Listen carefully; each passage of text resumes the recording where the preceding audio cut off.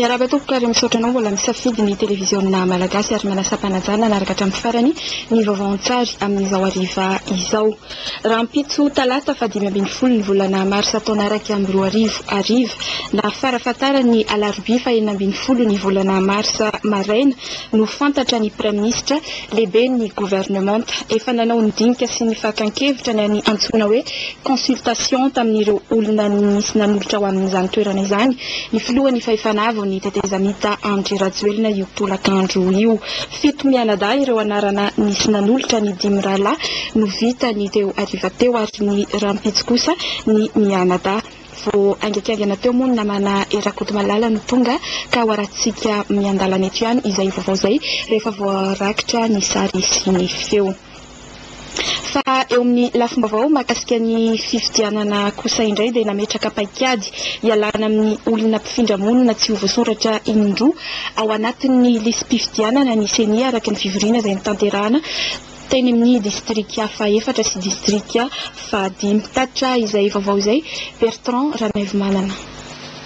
Nivorony araka tamin'ny distrika n'Antananarivo faefatra sy fahadimy tany amin'ny fokotany ouest Mananjara sy ny fokotany Antanety Atsimo Ambohimanarina ny mpikambana eo anivon'ny commissaire électoral de district, ny chef fokotany, ny agent électoraux na mpiadidy ny fifidianana. Tarika izany fivorian'izany ny filolefitry ny CENI Ramatoa Marie Gisèle Ranampy niaraka tamin'ireo mpiara-miasa taminy. Nitoy ny alatsinainy folakandro ny fivoriana io ary dia mbola niantsona ny CED, ny chef fokotany ary ny AE district n'Antananarivo fahatelo ka nitarihan'ny mpikambana ao amin'ny commission électorale Sidonie Rasoa Tsinampoizina sy Henri Rakotoson. Zava-dehibe tokoa no nifandinihana tao satria dia mahakasika ny paikady momba ny fanavoazana tanteraka ny lisam-pifidianana sy ny fomba fiasa vaovao anatanterahana ny fifidianana tonga lafatra. Voaresaka teo moa zany ny amin'ny hoe révision systématique zany no atao amin'ny liste électorale, zany hoe refonte zany ny liste électorale. Dia ndresahana teo ny hoe ny tanjona tiana hotratrarina ao anatin'izany dia ny fampidirana ireo mpifidy rehetra tsy hakanavaka zany ao anatin'ny lisam-pifidianana.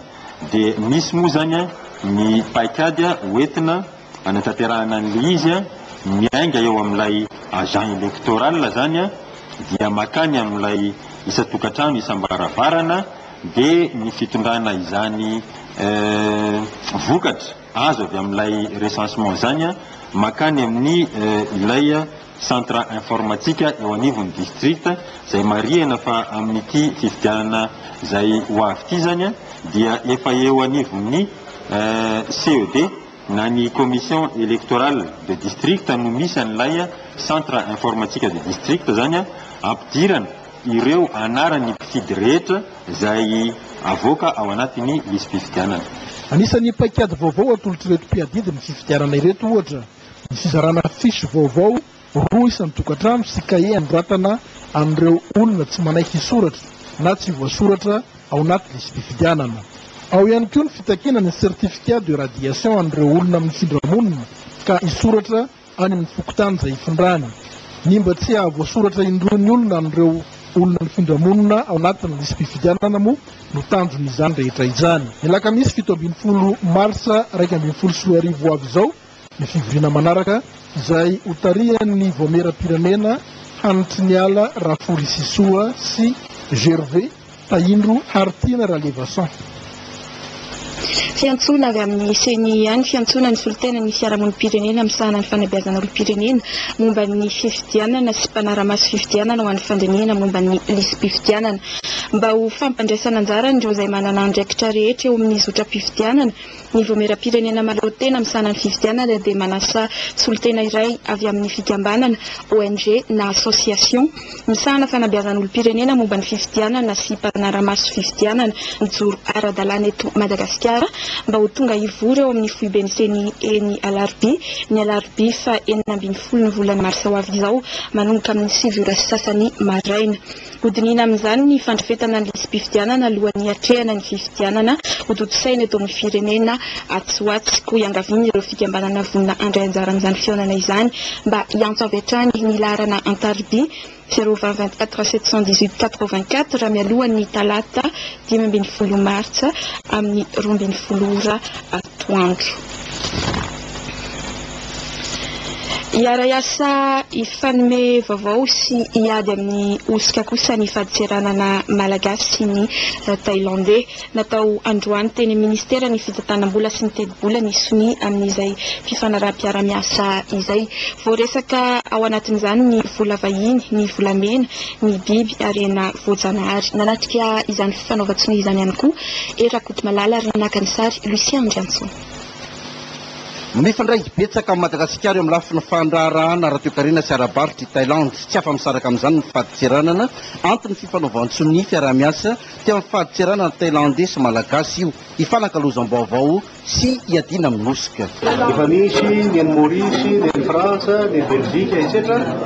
Dia ity no fahavarity ny tena zavatra everina fa tratra amin'io dia ny fahafantarana izay zavatra rehetra indrindra eo amin'ny ady amin'ny osika zany a raha Thailande manokana no resahana dia momba ny vato, ny momba ny zavaboary sy ny biby izay arovana faune flore protégé ary koa ny resaka vola vahiny satria dia efa nifampiresaka izay teo momba an'izay le vola vahiny zay a fa ohatrany gaga ihany misy fantanay hany dia misy olona volavolany izay be noho ny tokony ho izy kanefa noho ny tsy fahafantarana ny didy aman-talaka eto Madagasikara dia manjary olana ho azy a ny manasakana ireny vola reny. Ka manomboka zao zany a dia isy fanankanozany lalàna izay mifehny reny vola vahiny reny a sy ny lalàna rehetra nisy zany amin'ny ady amin'ny osika ny fomba fiasa ho an'ny passager dia amin'izay zavatra zay no tokony amigafana amina fiaraha-miasa mihitsy zany a amin'ny ady amin'ny osika. Ao anatiny eo koa ny resaka zava-mahadomelona zany a dia tafiditra anatiny. Tamin'ny raha teny samihafa ny fandimbiasana no nanehoana fiara-misy lasy fahavononana amin'ny fanatsarana ny tontolo ny faditseranana. Nambaran'ny sekretera jeneraly amin'ny ministera ny fitantanam-bola sy ny teti-bola malagasy fa zava-dehibe eo amin'ny fanatontoloana izao fifanenkem-piara-miasa izao ary tsy ny doanina ihany no isiny ny fioborobola tahaka ity fa eo amin'ny firenena rotota mihitsy. Anome tany anorenany mpanazavany foibeny eto andrenivohitra kosa ny commune urbaine an'Antananarivo. Nambaran'ny PDS Andriamatoa Edgar Zafindrava izany tamin'ny etsiky ny mpanazava teny amin'ny kianja amin'ny tafon'ny Mahamasina ny sabotsy lasa teo mbola vaovao nangon'ny Erakoto Malala ihany. Mifandraika amin'ny foto-kevitry ny PDS eto Antananarivo renivohitra Edgar Zafindrava ny an'ny mpanazava eto Madagasikara izay manamarika ny 70 taona ny ijoroany dia ny hoe hamerina ny asiny zazavavy. Mifanandrify-indrindra amin'ny fahazatotaona ny skotisma zazavavy maneran-tany izany. Naranto teto amin'ny kianja amin'ny tafon'ny Mahamasina ny zava-misy eto Madagasikara ankehitriny eo amin'ny lafiny zavatra isan-karazany ankoatra ny fifaninanana ara-panatanjahantena. Nampahafantarina tamin'izao hetsika izao ireo vehivavy mendrika izay nisongadina eto amin'ny firenena sy manana toerana tsy andraikitra ambony efa nandalo na mbola ao anatin'ny skotisma.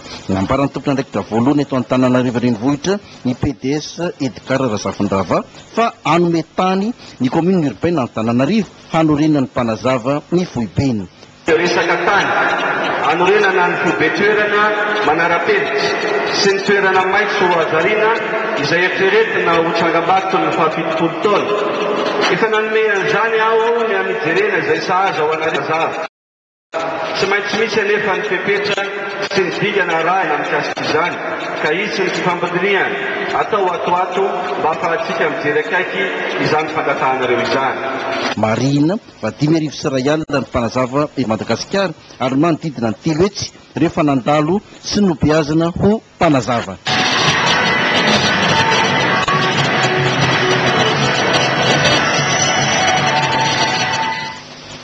Olona roa kosa ny maty vokatry ny fianjeran'ny trano iray teny Ampandranandrefana androany maraina tokony tamin'ny 2 rahateo eo. Tsy nisy marika mba ahafantarana fa hianjera ilay trano araka ny filazan'ny olona teny antoerana. Solange Arakotono sy Rodriguez Mafaly no nanangona izay vaovao izay.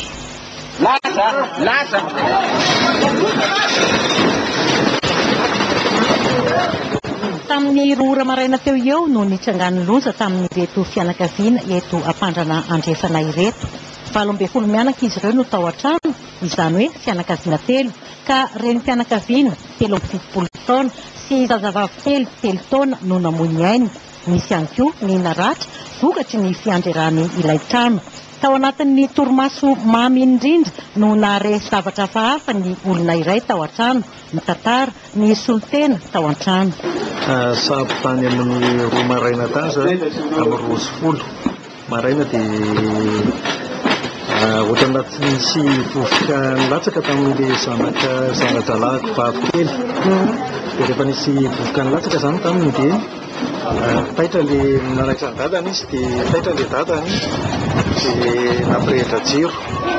Rehefa nampirehitra jiro izy dia nahita an'ilay trano nisy fissure. Rehefa nisy fissure le trano dia nivoaka zany izy nanaitra ny rehetra tao an-trano izy zany nibatan'ilay ankizy kely aloha. Dia navoaka izay zaza tafavoaka izy zany misy anaky telo nitafavoaka tao ilay zaza. Dia taitra ny bebeany mamany zany tany ambony taitra. Dia rehefa taitra izy dia niveriny izy namohan'ilay zanako vavy miara-matory aminy. Fa talohan'ny nianjeran'ilay trano hoe tsy misy marika be nahafantaranareo hoe anjety ity trano ity? Efa tamin'ny volana tamin'ny mbola maina tany zany mois de septembre dia ohatra misy fahasimbana aloha zany dia mosa voanamboarinay misy fahasimbana le taty amin'ny Dovan. Dia namboariko izy dia nandamy vola teo amin'ny 10 millions teo zany nanamboarako rehetrarehetra eo zany.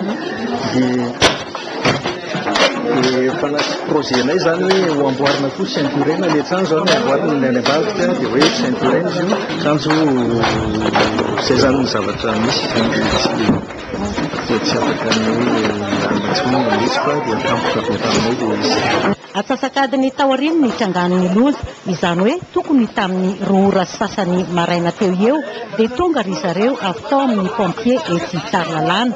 Arak'izao hitantsika amin'ny sary izao dia voatery noravana tanteraka ilay trano satria mbola nisy rindrina iray ahiny ianjeran'ny trano hafa ihany koa. Entana maro no potika ny anjeran'ny trano tato araka ny filasan'ny tompontrano moa dia mitentana eo amin'ny 100 tapitrisa eo ny totalin'ny entana sy ny totalin'ny trano ninjera. Mialohan'ny anoizantsika ny vaovao an-tsary dia ity aloha misy filazana. Ny ministera ny asa-panjakana ny asa ary ny lalàna sosialy dia mampafantatra ny mpanjifa ao aminy sapan-dra-panjakana misahana ny fandraisana ny fangatana sy famoahana ny atody taratasy mikasika ny antsoina hoe extrait d'arrêté d'équivalence administrative d'un diplôme dia ao amin'ny varavarana fa 700 riana voalohany ny ministera irery any. Ny tale irery any koa no manao ny soni izany. Fa araky ny fanambarako teny amboalohany dia raha mpitso arivana farafatarany alarobia fa 12 volana marsa ho avy izao maraina no fantatra ny praministra lehibe ny gouvernemanta efa nanao ny dinika sy vakan-kevitra na ny antsoina hoe consultation tamin'ireo olona nisy nanolotra ao amin'izany toerana izany ny filohan'ny fahefanavy ny tetezamita Andrinirina Rajoelina Androany. 7 mianadahy ireo anarana nisy nanolotra ny 10 rahalahy no vita teo ariva teo ary ny roa kosa ny mianadahy rampitso maraina. Nanatrika izany teny antoerana Erakoto Malalana ka ny sary kosa Lucien Andrianso. Fampanantenana ny voalohany fahefanavy ny tetezamita Andrinirina Rajoelina ny ahafantarana ny Premier Ministre lehibe ny gouvernemanta amin'izao fiandohan'ny herinandro izao. Niroso tokoa tamin'ny consultation tamin'ireo anarana natolotra azy ny Flora Rajoelina teto amin'ny lampam-panjakana Ambohitsirotra. Tonga teto tamin'ny 3 ora tolakandro i José Vianney. Fandehanan-daraha ankapobeny ny filaminan'ny tany ny fidianana. Ny fomba fijeriko an'izay. Ohatranao an'izay fomba fijerinao azy? Ny fampiresahana, ny fanatonana samy malagasy kanefa ilaina ihany koa ny indraindray misy fermeté. Misy condition plan manokana dia tsy misy condition. Entretien libre classique. 30 minitra isanisa ny faharetany dinika Pero Rajonarively indray avy eo.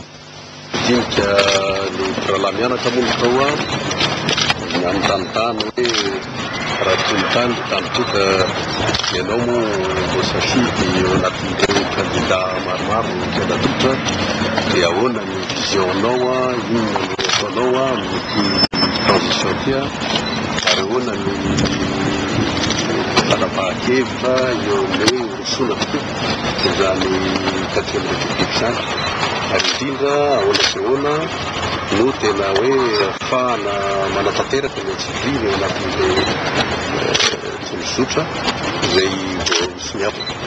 Zay nga mba tena nataotao a, satria mbola mandeha moa zany ny consultation zay ataony dia mety mbola misy fionana manaraka, mbola voavoatoany manafasireo vonona ny asa ny transition eo mirosona amin'ny fametrahana ny rafitra rehetra zay tena hoe mirosona amin'izany hoe 4e république, ka tsy problème mihitsy izany hoe premier ministre na tsy fa ninona ny andraikitra satria tokony hoe isanina ao anatin'ny rafitra rehetra ny tetezanita efa vonona izany. Niny Alain Tindrazanaro Velo navotrany tamin'ny mpanao gazety niezaka nahatongavana amin'izao dingana izao. Ny andro mba tiako rezahana zany dia voaloha manarota misohotran'ilay namako ny mpanao politika izay ataona ny fahatokisana sy andraikitra ny hevitra fa afaka nampy amin'ny fitadiavana vaolana. Mba manarota koa misohotran'ny communauté internationale satria raha mahita ny fanontaniana farany dia ao amin'ny feuille de route io a tsy dia mazavalava ny clé de répartition, fomba ametahana. Anamba raha jerentsika fomba nametahana ny sélection an'izay prime ministre dia hay azontsika samy malagasy any zany faminy rehefa evanena responsabilité. Dia aloha koa mba matikambo koa ma malagasy anaka raha mahita zao fomba izay hoe nietitsika zany fandamina hijery maramarikiresana za mba raha misy misalasala amin'ny fahendrentsika zany malagasy dia enga entika ho afaka dia misalasala. Ny généraly Claude Manakana no raisiny Florazuel avy eo tsy niresaka firy tamin'ny mpanao gazety izy miandry ny fionana manaraka. Mampiresaka koa zay nanotany izy manontany izy momba anahy manontany izy momba zay fahitako ny fisian'ny bedaty zegny zao fotoana zao fa raha manakambara firana hoe moa fa zavatra mbafaminay fa fiasana anatany ty ka dia miresaka bebe tsika manaraka. Izy Rakotorson indray no ny nafarany tamin'ny Florazuel tamin'ity hariva ity ny zava-dehibe amin'ny teny ivan'ny krizy amin'izay. Zay moa tamin'ny maraina efatra ty zany a dia napetraka ny fanditsinana ny fahefana fitetezanita hoe ahoana ny mba tena hampisy ny endrika hoe fiaraha-mitantana ao anatin'ny fitetezanita. Faharoa dia hoe ahoana ny tena mba hisin'ny ahatanterahany filaminan'ny tany sy ny fanjakana zany. Ny filaminan'ny tany sy ny fanjakana zay moa zany dia hitantsika hoe fampijanona ny fifanenjena, ny fifandrasana sy adila zany eto amin'ny firenena. Ka mahasarotena ao nanana tika andraikitra zay matona indray rehefa nabahan-kevitra ny hoe anao ilay firosolana amin'izao. Izay tina zay zany a eo amin'ny lafiny anankiroa io a ny fampidiniana tamin'ny filoany zay efa navy tetezanita teo ary izy dia resy lahatra namokony isiny zay endrika tokoa fiaraha-mitantana ao anatin'ny tetezanita. Mbola ito irampitsy talata maraina ny consultation ka Ramatoa Dina Jeanne foto manantena avy amin'ny team marariny Vandrenatondro no raisiny indray avy eo ny généraly Camille Albert Vital. Rampitsy talata hariva na farafahatarany ny alarobia maraina no fantatra ny prime ministre lehibe ny gouvernementa. Mazava arak'izany mikasika an'izay prime ministre lehibe ny gouvernementa iraisana izay ho fantatra farafahatarany amin'ny alarobia maraina ho avy izao. Fa amin'ny lafy vaovao mahakasika ny fizahan-tany kosa indray dia maro ny zazavavy malagasy mbola tsy ampy taona no voatery miditra amin'ny fivarotantena. Ny fatrana no antony voalohany manosika azy ireo amin'izay fivarotantena tsy fidiny izay araky ny fanadihadiana nataona ONG iray. Marikara Marikoto, Abel Andrianosy, Riva, Rafonarvo.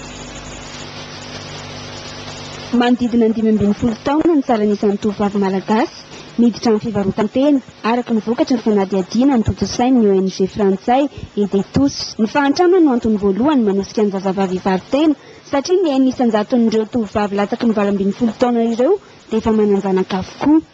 Tsy vitsy noho izany no marary noho ny aretina azo avy amin'ny firaisana ara-nofo araka ny famatorana nataony EDETOS ihany. Ny sahana manokana ny ady amin'ny fizahantany mamofady ny EDETOS izay miasa amin'ny firenena 520 maneran-tany ka isan'izany Madagasikara. Tsy ampy araka ny fanazavana ny vola miditra isan-tokantrano ka mahatonga ny ray aman-dreny na ny havana akaiky manosika ny zazavavy hivarotena. Manodidina ny 4 lasy hetsy hatramin'ny 9 lasy hetsy ariary ny vola miditra isam-pianakaviana isam-bolana araka ny salanisa hany ka tsy maharaka ny filana. Mazana dia olona 9 hatramin'ny 9 no mandrafitra ny fianakaviana iray. Ny zazavavy mipetraka amin'ny toerana maro mpizahatany toa Nosy Belleville, Fort-Dauphin, Morondava no maro anisa iaran'ny fanararaotana ara-pananahana. Loza mitata ho an'ny firenena ny fizahantany mamofady ho ihany ny EDETOS satria miparitaka ny aretina no sady manimba ny toe-tsain'ireo iaran'ny fanararaotana. Manoloan'izany dia manatanteraka fanentanana momba ny maharatsy ny fizahantany mamofady ny EDETOS, miezaka ihany koa izy ireo mampahafantatra ny lalàna manafay ny mpanararoatra. Tonga kosa ny fitaovana ho an'ny televiziona malagasy vokatry ny fiara-miasan'ny ORTM sy ny MBC Maurice. Ireo mpilalao handball izay niatrika amin'ny fifaninanana ho an'ny lalao afrikana no mitondra ireto fitaovana ireto. Natao Mayavy eo amin'ny sariny Ajaony Manana. Ny alahady teo no nigadina teto amin'ny siranam-piaramanidina Ivato ireto fitaovan'ny televiziona malagasy fanomezana avy amin'ny MBC avy any Maurice ireto. Fanampin'ireo fitaovana efa tonga tamin'ny fandehanan'ny tale generalin'ny ORTM Andriamatojoara Voajanahary sy ny lehibe ny sampandrara teknika teto anivon'ny televiziona malagasy Odon Razafindrainibe tany Maurice ireto fitaovana efa tonga ireto. Ho fanampiny sy fanatsarana ny fandefasana ny televiziona malagasy miainga eto Anosy. Manana ny foiben'ny vaovao ihany koa ny Canal 7 izay fantatra amin'ny fiara-miasa amin'ny televiziona malagasy. Jean Miramilson kosa no namangona izay vaovao izay eo misariny Marika Rakoto Malala. Nahazo toeram-piasana vaovao ny Canal 7, Canal Plus etsy Analakely.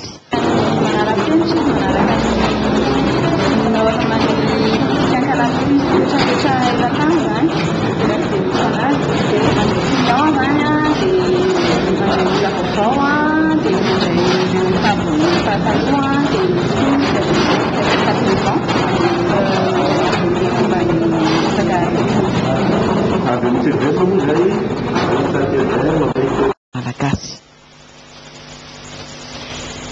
Efa mijoro ara-panjakana kosa amin'izao fotoan'izao ny AEMM manafika ambana ny mpianatra musulman manerana ny anjerimanontolo eto Madagasikara. Isan-taona dia manatanteraka hetsika izy ireo mba ho fandraisana anjara amin'ny fampandrosoana ny firenena Antananarivo malala. Vola Rafaraso. Matsapa ho manana didy eto amin'ny firenena ny mpianatra mpino silamo eny anivon'ny anjerimanontolo.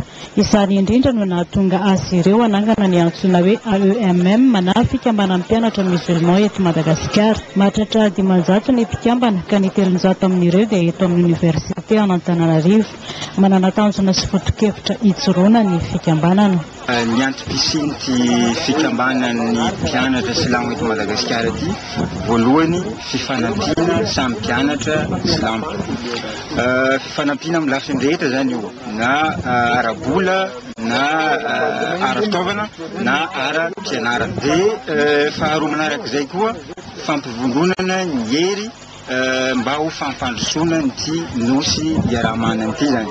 Fikambanana mijoro ara-panjakana ny AEMM manoloana ny fahasimban'ny tontolo iainana sy fandripahana ny ala dia nanatanteraka fambolekazo zanaky ninina 4 fototra izy ireo tetsy amin'ny komina Ambohidratrimo no nanatanterahana izany.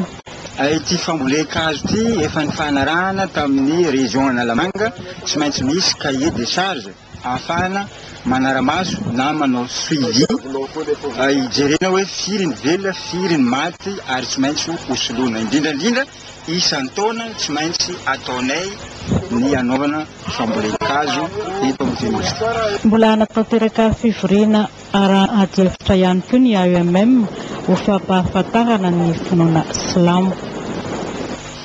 Vaovao ahafantanteraka vaovao mahafaly ny marimarina kokoa nanapa-kevitra ny hiditra eo amin'ny sehatry ny fanambadiana ny namana mpiara-miasa aminay eto amin'ny televiziona malagasy Miora Arnienne ny sabotsy 12 ny volana marsa teo no nanatanterahana ny fisoratapana-mbadiny natao mayavy no mitatitra izay.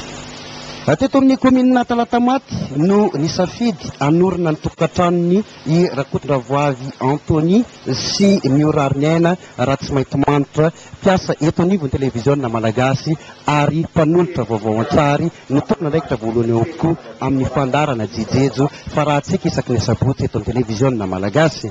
Vololanina teto arak'izany ireo tapaka sy namana fianakaviana mpiara-miasa nanome voninahitra les entendre le silence et quand j'entends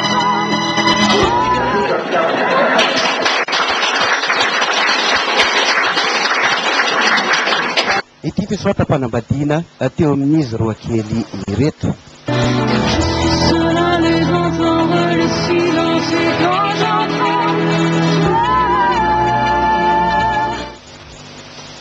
Temrary tokatrano sambatra ho an'ny Antony sy Miora Arnienne eto amin'ny televiziona malagasy miankona marany vaovao ohatra nareo nanaraka izany hatramin'ny farany.